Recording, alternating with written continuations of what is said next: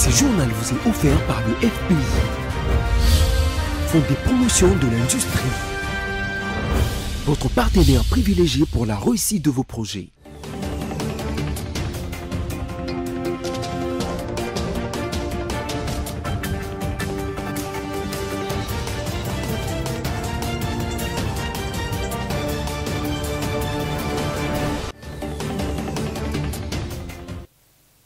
C'est toujours avec une joie immense et un plaisir grandissant que je vous retrouve, mesdames, mesdemoiselles et messieurs, pour notre livraison d'informations dont je vous décline tout de suite les principaux titres.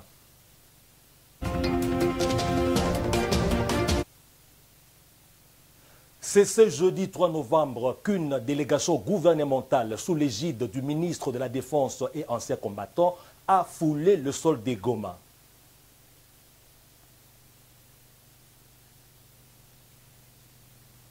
Le ministre de la Défense et ancien combattant a été auditionné mercredi 3 novembre par la Commission Défense et Sécurité de l'Assemblée nationale et du Sénat.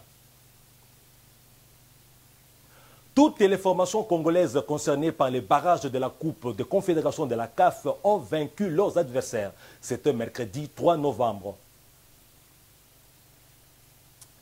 Tout de suite, les détails. On commence avec cette activité du chef de l'État. Le président Félix Tshisekedi a reçu en audience le mercredi 2 novembre la chef de mission du Fonds monétaire international FMI pour la RDC, Mercedes Martins, à la Cité de l'Union africaine. Au centre de leurs échanges, l'actualisation de la perspective économique, les politiques monétaires pour 2023 et l'implémentation des réponses structurelles pour renforcer la résilience.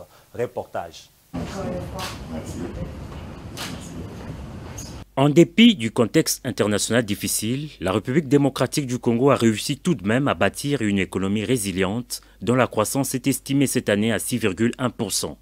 Ces efforts sont salués et reconnus par le Fonds monétaire international FMI, dont la chef des missions pour la République démocratique du Congo a été reçue ce mercredi 2 novembre 2022 à la Cité de l'Union africaine par le chef de l'État, Félix Antoine Tshisekedi Tshilombo. C'était en présence des ministres congolais du budget et des finances et de Madame le gouverneur de la Banque centrale du Congo. L'actualisation de la perspective économique de RDC, les politiques monétaires budgétaires pour 2023 et l'implémentation des réponses structurelles pour renforcer la résilience de l'économie congolaise sont les principaux points évoqués lors de ces échanges. Nous avons discuté les éléments de notre visite au niveau de l'actualisation de la perspective économique des pays, de politique monétaire budgétaire en 2023 et aussi de l'implémentation des réformes structurelles pour augmenter la résilience de l'économie congolaise au niveau des chocs. Outre la résilience de l'économie congolaise pour résister aux chocs externes, le FMI appuie et soutient la RDC dans ses efforts pour la diversification de son économie. On a discuté aussi des défis importants basés sur la détérioration d'un contexte international plus difficile et aussi l'escalation des conflits armés à l'est des pays. Nous avons réfléchi sur les efforts des autorités pour diversifier l'économie congolaise, pour augmenter la résilience aux chocs externes et nous avons des discussions très productives. Son Excellence le Président a été vraiment ouvert et très franc au niveau de la discussion.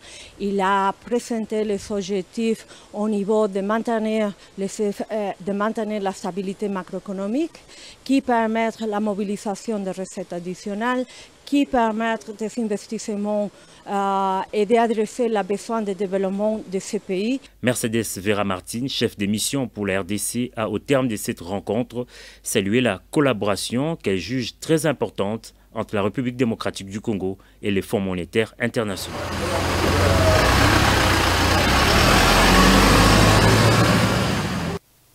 Cap sur l'Assemblée nationale où, dans le but de brosser l'état des lieux de la situation qui prévaut au front, dans les territoires de Rutshuru, où les forces loyalistes luttent contre la coalition RDF M23, le ministre de la Défense a été auditionné par la Commission Défense et Sécurité de l'Assemblée nationale et du Sénat. C'était mercredi 2 novembre 2022. Suivez. Le ministre de la Défense, Gilbert Kabanda, s'est exprimé devant les commissions parlementaires défense et sécurité de l'Assemblée nationale et du Sénat. L'objectif, faire devant les élus du peuple membres de cette commission l'état des lieux de la situation qui prévaut au front dans les territoires de Rutshuru particulièrement, où les FARDC luttent contre la coalition RDF M23. À l'issue de cet exercice républicain des redevabilités, le ministre Gilbert Kabanda s'est exprimé en ces termes. Cette séance que je viens d'avoir avec les deux commissions de défense et sécurité et du Sénat et de l'Assemblée nationale tombe juste au moment où nous avons une situation à l'Est que tout le monde connaît et qui nécessite que le gouvernement, par l'intermédiaire de son ministre de la Défense, puisse informer la représentation nationale sur ce qui se passe. C'est l'exercice que je suis venu faire et qui est tout à fait réglementaire. Bien, l'opinion peut être rassurée par le fait que le gouvernement fera tout, je dis bien fera tout, pour que nous puissions récupérer rapidement les espaces conquis par l'ennemi. Je le dis bien, il fera tout pour que nous puissions les récupérer rapidement avec grand R. Notez que les membres de la commission défense et sécurité de l'Assemblée nationale, les députés Shadrach Baïsoura et Solange Masumboko, ont, après avoir suivi les explications du ministre de la Défense nationale, reposé l'augmentation des effectifs dans l'armée nationale dans le souci de constituer une armée homogène. Au Parlement, après audition du ministre de la Défense et ancien combattant, les membres des deux commissions parlementaires ont estimé que c'est un exercice tout à fait normal qui démontre qu'il y a un œil vigilant du Parlement qui est la représentation de la population. Suivez leur réaction dans ces propos recueillis. Ce qu'il faut seulement retenir, c'est que nous sommes des députés, la représentation du peuple. Et la population de l'Est, ça fait très longtemps qu'elle souffre. Aujourd'hui, nous sommes dans une situation de guerre à l'est de la République. La rencontre avec le ministre de la Défense, c'est une façon de montrer qu'il y a un œil, l'œil du Parlement. Je n'étais pas seul, j'étais avec mon collègue du Sénat et tous les autres collègues députés et sénateurs. Et je pense que le gouvernement doit comprendre que nous sommes vraiment là pour suivre. Et au moment opportun, il y aura des recommandations qui iront dans le sens de permettre à notre gouvernement de travailler suffisamment dans le sens de permettre à notre armée non seulement de gagner cette guerre, mais de nous garantir une paix et une sécurité pendant longtemps. Nous venons de passer des longs moments avec le ministre de la Défense. C'était en tout cas une inquiétude pour la population. Nous sommes les mandataires de la population de savoir qu'est-ce qui se passe présentement à Goma, au Nord Kivu, et partout où nous sommes en train d'essuyer un peu l'échec. Nous avons posé beaucoup de questions sur les conditions, les trahisons, sur même les conditions des militaires, des femmes ou de tous les épouses militaires, policiers. Et nous avons aussi posé des questions sur quelle est la communication qui passe là-bas et quelles sont les dispositions pour la mobilisation de la population comme un seul homme et quelles sont les dispositions qu'on a prises pour les forces d'autodéfense qui en réalité contribuent avec les forces armées pour repousser l'ennemi. Plusieurs questions et l'inquiétude aux yeux de tous les... Assemblée nationale toujours, Colette Tchomba, rapporteur adjoint de cette chambre basse du Parlement, a procédé mercredi 2 novembre au lancement des travaux de la commission spéciale et temporaire chargée d'exploiter les rapports des vacances parlementaires des députés nationaux conformément à la décision du président de cette chambre du Parlement, Christophe Mbosson-Kodia. Josué Kalamba pour les détails. Le rapporteur adjoint de l'Assemblée nationale, Colette Tchomba Ntundu, a procédé mercredi 2 novembre dans la salle des spectacles du Palais du Peuple au lancement de travaux de la commission spéciale et temporaire chargée d'exploiter le rapport des vacances parlementaires des députés nationaux conformément à une décision du président de l'Assemblée nationale, Christophe Mbosson-Kodia. Selon Colette Tchomba, les membres de cette commission réduite pour avoir fait précédemment un bon travail, doivent aller travailler dans un délai raisonnable afin d'exploiter tous les rapports des vacances déposés par les députés nationaux pour la période de juin à septembre 2022. Il faut dire que selon le règlement intérieur de l'Assemblée nationale, pendant les vacances parlementaires, chaque député a l'obligation de séjourner d'une façon ininterrompue pendant un mois au moins dans sa circonscription électorale afin d'élaborer un rapport sur la vie politique, administrative, économique, sociale et culturelle de l'entité et y proposer des solutions. Rendons-nous à Goma, chef-lieu du Nord Kivu, où une délégation gouvernementale conduite par le ministre de la Défense nationale et ancien combattant Gilbert Kabanda est arrivée ce jeudi 3 novembre pour une visite humanitaire et d'inspection sécuritaire. Reportage. Une délégation interinstitutionnelle en provenance de Kinshasa est arrivée à Goma ce jeudi 3 novembre 2022. Il s'agit notamment des 5 membres du gouvernement Samalou Kondé et quelques députés nationaux. Selon le ministre de la Défense nationale Gilbert Kabanda, qui dirige la délégation, leur mission a 2 volets. Il est d'abord question d'apporter de l'assistance humanitaire en faveur des déplacés de guerre imposés par les Rwandais. Ensuite, le ministre de la Défense va faire l'inspection des opérations qui se déroulent sur le terrain. 2 missions. La première, une mission humanitaire pour notre population sinistrée par la guerre. La deuxième, une mission d'inspection du ministre de la Défense nationale concernant la conduite des opérations. Soulignons que la délégation a été accueillie à l'aéroport international de Goma par le gouverneur militaire du Nord Kivu, Constant Ndima Kongba, entouré des membres du comité provincial de sécurité. Précisons que pour les comptes du gouvernement de la République, on note la présence des ministres Modeste Mutinga des Affaires humanitaires, Julien Paluku de l'Industrie, Désiré Birianze de l'Agriculture et Mourindo Nzangi de l'ESU, sans oublier les chefs de la délégation. Depuis l'Ituri, la province de l'extrême nord-est de la RDC, le vice-gouverneur du Nord Kivu a convié la population de l'Ituri et celle du Nord Kivu à accompagner les administrations militaires de leurs 2 provinces dans les initiatives d'imposition de la paix. Le commissaire divisionnaire Romi Ekouka l'a signifié mercredi à l'issue d'une audience lui accordée par le lieutenant-général Luboya Nkashama Johnny, gouverneur militaire de l'Ituri. Images et commentaires. La population de l'Ituri et celle du Nord Kivu doit continuer à faire confiance à l'administration militaire de ces 2 provinces pour les retours définitifs de la paix. Plusieurs avancées remarquables ont été enregistrées tant sur le plan sécuritaire que de développement pendant ces régimes exceptionnels instaurés par le chef de l'État, Félix Antoine Tshisekedi Tshilombo. Déclaration du vice-gouverneur du Nord Kivu, le commissaire divisionnaire Romi Ekouka, à la tête d'une forte délégation avec celle du Sud Kivu, à l'issue d'un échange avec le gouverneur militaire de l'Ituri. Ce que je regarde, c'est tout simplement un changement, une métamorphose, et ça prouve rien qu'à y voir quelque chose qu'il y a l'état de siège qui est en train de présenter un visage nouveau par rapport à ce que nous avions connu auparavant. Je crois que nous prenons en compte ce que l'état de siège fait, les populations en prennent compte, l'État au niveau du gouvernement national en prend compte. Vous savez qu'à l'époque, il y avait beaucoup d'exactions, il y avait beaucoup d'insécurité, et au pleurs des enfants de l'Ituri, tout comme du Nord Kivu, le chef de l'État et le gouvernement national ont pris la mesure d'instaurer ce que nous avons appelé l'état de siège.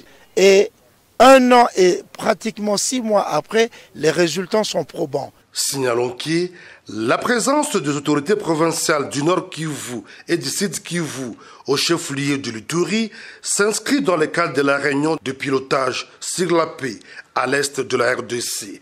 Des travaux qui vont se tenir ce jeudi sous la facilitation de l'organisation internationale VNG. On évolue avec cette brève après 6 jours d'occupation d'une partie de Rutshuru par les M23. Les conséquences économiques avec un important manque à gagner pour l'État congolais s'observent selon des cadres locaux. Rutshuru Centre étant le chef-lieu du territoire du même nom, donc le siège des institutions, de l'armée, de la police nationale congolaise et de la justice civile et militaire, et Kiwanja, le grand et principal centre commercial où vendent les commerçants grossistes dans des magasins et où la population s'approvisionne. Le manque à gagner est estimé à des millions de dollars américains. En société, précisément au quartier Mombele à Kinshasa, les habitants de plusieurs avenues doivent parcourir de longues distances avec leur récipient à la main ou sur la tête pour puiser de l'eau depuis dimanche dernier. La cause de cette situation n'est pas connue et le peuple s'en remet aux autorités de la Régie des eaux ainsi que de la ville-province de Kinshasa pour que l'eau coule de nouveau de ces robinets. Depuis dimanche 31 octobre dernier, l'eau potable fournie par la Régie des eaux ne coule pas de robinet de plusieurs parcelles dans de nombreuses avenues, dont l'avenue Bankou, du vaste quartier Mombele, dans la commune de Limete. Les habitants, plus les jeunes gens ainsi que les dames, sont obligés de parcourir plusieurs centaines de mètres pour s'approvisionner en ces précieux liquides dans ce coin de la capitale. Il y en a qui vont dans les rares avenues du dit quartier où l'eau coule encore et d'autres traversent carrément la chaussée Kikwiti en réflexion à toutes les heures de la journée, voire la nuit, pour commander aux habitants de la commune d'Ingaba cette denrée indispensable aux besoins quotidiens de toutes les familles. Jusqu'ici, la véritable cause de cette interruption des fournitures d'eau n'est pas connue et la Régie des eaux n'a pas averti ses nombreux abonnés de Mombele que pareille situation surviendrait pour qu'ils prennent leurs dispositions. La balle est donc dans le camp des autorités afin qu'elles s'impliquent pour alléger la souffrance de cette fraction de Quinois qui vivent maintenant comme les Congolais de l'arrière-pays où se procurer de l'eau impose d'énormes peines aux habitants.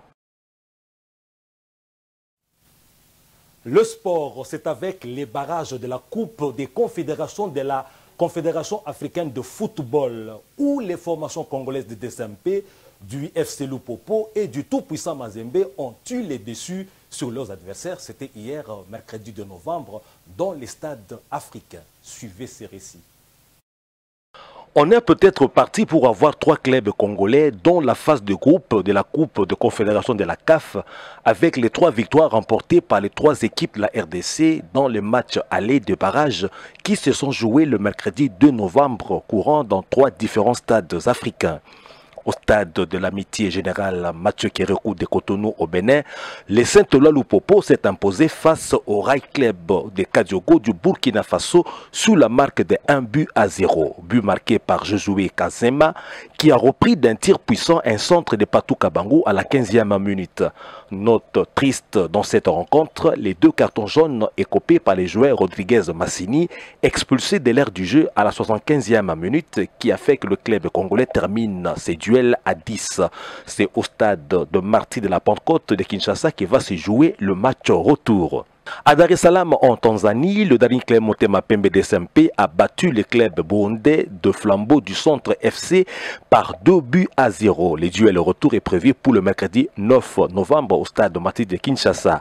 Notez toutefois que le mercredi 9 novembre au stade de Marty de la Pentecôte, c'est d'abord l'opposition RC Kadiogo FC Lupopo qui va se jouer à partir de 15 h. Puis la rencontre Flambeau du Centre FC DSMP à 19 h. Au stade de la Kamalondo à Lubumbashi, le tout-puissant Mazembe a eu raison de Royal AM FC de l'Afrique du Sud par 2-0. Les buteurs de la rencontre sont Ernest Luzolo de la tête à la 57e minute et Renford de Kalaba à la 72e minute. Les poulains du coach Pamphile Mihayo pourront valider leur qualification pour la phase de groupe le mercredi 9 novembre à Durban en Afrique du Sud. Après cette bonne nouvelle sportive pour les supporters congolais, place au rappel des titres pour ceux de nos téléspectateurs qui nous ont pris en cours de diffusion.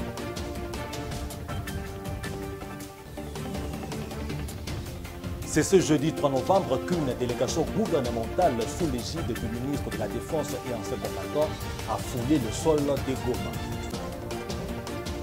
Le ministre de la Défense et ancien combattant a été auditionné mercredi 3 novembre par la Commission Défense et Sécurité de l'Assemblée nationale et du Sénat. Toutes les formations congolaises concernées par les barrages de la Coupe de Confédération de la CAF ont vaincu leurs adversaires. C'était mercredi 3 novembre dans les différents stades de l'Afrique. Voilà, mesdames, mesdemoiselles et messieurs, il ne me reste plus qu'à vous remercier pour votre fidélité à tous les programmes de BSC TV. Mais avec la rédaction, le rendez-vous, c'est déjà demain.